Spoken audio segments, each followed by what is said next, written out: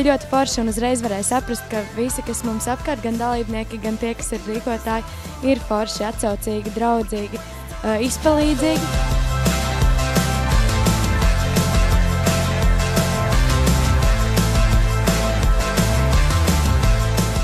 Man vislabāk patika lektori no Igaunijas, jo es pat vēlos pēc 12. klases beigšanas studēt Baltijas filmu un mēdīju skolā.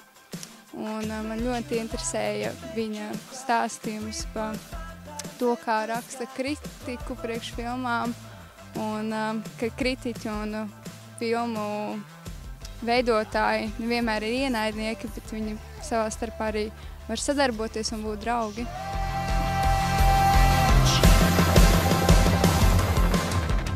Šodienas pasniedzējiem, lektoriem manas labāk atmiņā palika tieši Kristina Tūšņa no ASV, jo viņam bija interesanta prezentācija un viņš rādīja video, kurus viņš pats bija arī producējis un veidojis, un tas man likās ļoti aizraujoši.